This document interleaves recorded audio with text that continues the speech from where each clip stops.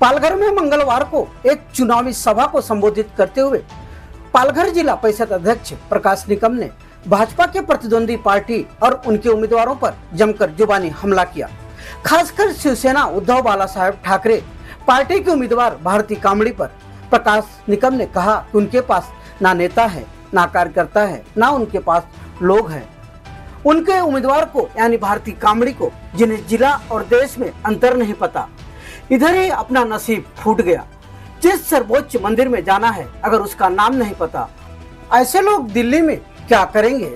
जैसा कि अभी भी वह जिला परिषद में ही खेल रही है।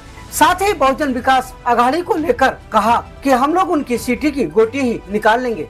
उन्होंने और क्या क्या कहा उनको ही सुनते हैं। उशीर झाला, शहरातील लोक थांबत नाही, ग्रामीण भागातील लोक थांबतात, त्याच्यामुळे आमच्या थोड्याशा खुर्च्या रिकाम्या होत्या। मात्र 20 तारखेला आमच्या पेट्या भरून जातील, एवढं तुम्हाला सांगतो, मतांनी भरून जातील। कालपासून ते सगळीकडे व्हायरल होतंय। ही फेल सभा झाली, ती फेल सभा झाली। 20 तारखेला डॉक्टर हेमंत सौरा नावाचा निष्ठावंत कार्यकर्ता दिल्लीच्या तख्त्यावर गेल्याशिवाय राहणार नाही।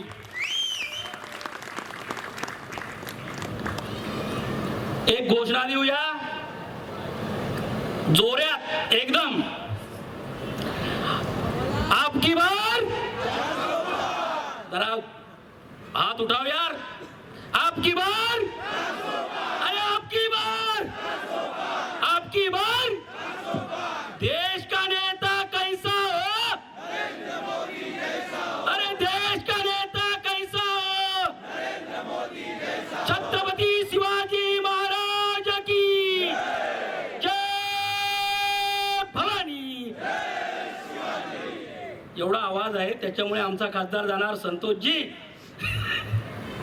या ठिकाणी खास करून उपस्थित असलेले सर्व कार्यकर्त्यांना, आपण सर्व निष्ठावंत कार्यकर्ते आहात। आज या ठिकाणी तुम्ही आलेले आहात। आपण प्रत्येक जण, प्रत्येक कार्यकर्ता हा नरेंद्र मोदीच्या रूपाने, डॉक्टर हेमंत सौरा साहेबांच्या रूपाने गावागावात जाऊन कमळाचा प्रचार करणार आहे आणि 20 तारखेला प्रचंड मताने डॉक्टर हेमंत सौरा हे निवडून येणार आहेत। आहेत का नाही? जोरदार बोला, अरे मधले बोला ना, येणार आहेत का नाही? डॉक्टर हेमंत सौरा खासदार होणार का नाही? होणार का नाही? अरे होणार का नाही? हा जोश 20 तारखेपर्यंत आपल्याला असा ठेवायचा आहे। विरोधकांकडे कुठलाही प्रचार नाही, ते बोलतात सिट्टी बजेंगी, अरे सिट्टी की चिट्टी के आतली गोटी 20 तारखेला आम्ही निष्ठून टाकल्याशिवाय राहणार नाही। आम्हाला मशाल आहे, हे आहे, ते आहे, कोणाची भीती नाही। कारण आमच्याकडे पंतप्रधान पदाचा उमेदवार एकमेव आहे, त्या व्यक्तीचं नाव आहे नरेंद्र दामोदर मोदी। ज्या माणसाने 550 वर्षात राम मंदिर उभारले, कोणाच्या बापाची हिम्मत नव्हती, ती नरेंद्र मोदींनी राम मंदिर उभारून दाखवलं। हे दाखवून सुद्धा आम्हाला मंदिर मंदिर करतात। मात्र महंगाई हुई, महंगाई हुई, अरे काय की महंगाई हुई आहे? महाग झालं म्हणे, गॅस एवढा वाढला, तिकीट तेवढं वाढलं, भाज्या एवढ्या वाढल्या। जरी भाववाढ झाली तरी रोजगार सुद्धा वाढलेला आहे। 100 रुपयाचा 500 रुपये रोजगार भेटतो का नाही? ती 100 रुपयाचा रोजगार 500 रुपयावर गेला, 100 रुपयाची मजदुरी 700 रुपयावर गेली। जर मजदुरी वाढली तर भाववाढ वाढणार का नाही?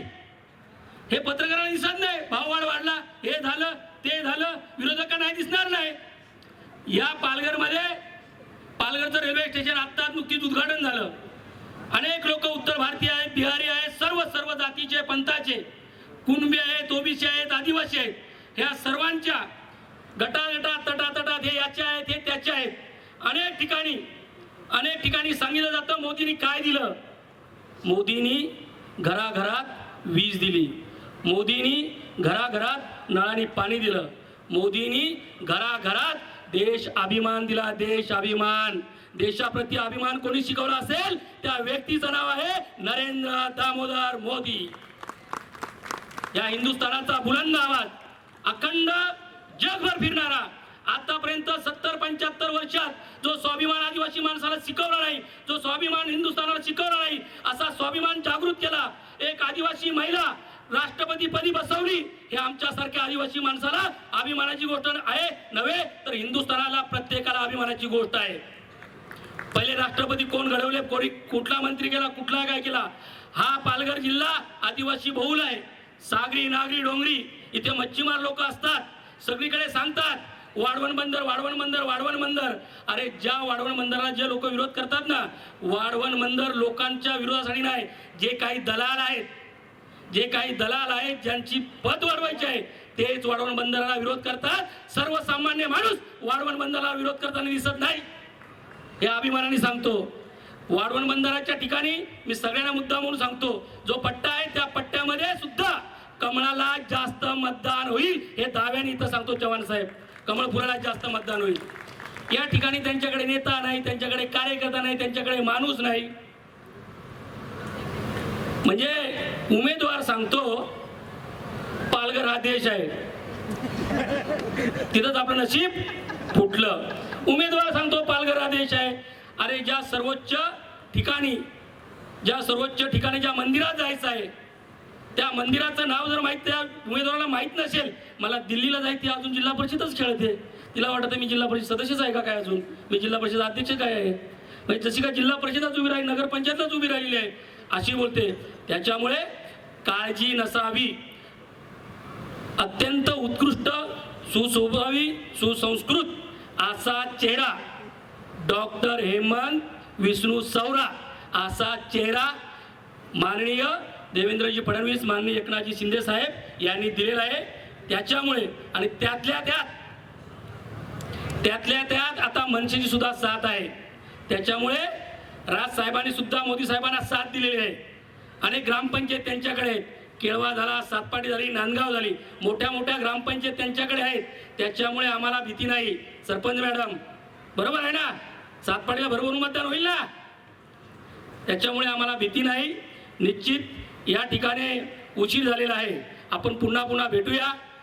परत एकदा आवाहन करतो की आपण हेमंत सवराचा प्रतिनिधी म्हणून प्रत्येक गावागावात घराघरात नरेंद्र मोदींनी केलेलं काम, त्यांच्याकडे कुठलाही मुद्दा नाही, फक्त व्हॉट्सअपवर काहीतरी टाकतात. भाजप याचा विरोध आहे, भाजप त्याचा विरोध आहे. परंतु भारतीय जनता पार्टीच्या नेतृत्वाने मगाशी सुद्धा बोललो की या देशाचे गृहमंत्री सनी देओलचा एक डायलॉग आहे एका पिक्चर मधला, दूध मांगेगे तो खीर देंगे, काश्मीर मांगेगे तो चीर देंगे. अशा प्रकारचं नेतृत्व आपल्या हिंदुस्थानाला आहे. त्याच्यामुळे विरोधकांना काही गरज नाही आमच्यावर अपप्रचार करण्याची. आमची कामं आमच्या या राज्याचे मुख्यमंत्री आदरणीय एकनाथजी शिंदे साहेब असतील, या राज्याचे उपमुख्यमंत्री आदरणीय देवेंद्रजी फडणवीस असतील, अजितदादा पवार असतील, या सगळ्यांनी मिळून एक चांगला चेहरा, एक सुशिक्षित चेहरा 400 मध्ये आपला खासदार हेमंत सवरा 100% असणार, एवढाच विश्वास व्यक्त करतो आणि माझ्या लांबलेलं भाषण संपवतो. जय हिंद, जय महाराष्ट्र, जय श्री राम. अगर अभी तक आपने हमारा चैनल सब्सक्राइब नहीं किया तो अभी सब्सक्राइब करें और बेल आइकॉन को क्लिक करके हमारी लेटेस्ट खबरों से रहे अपडेट.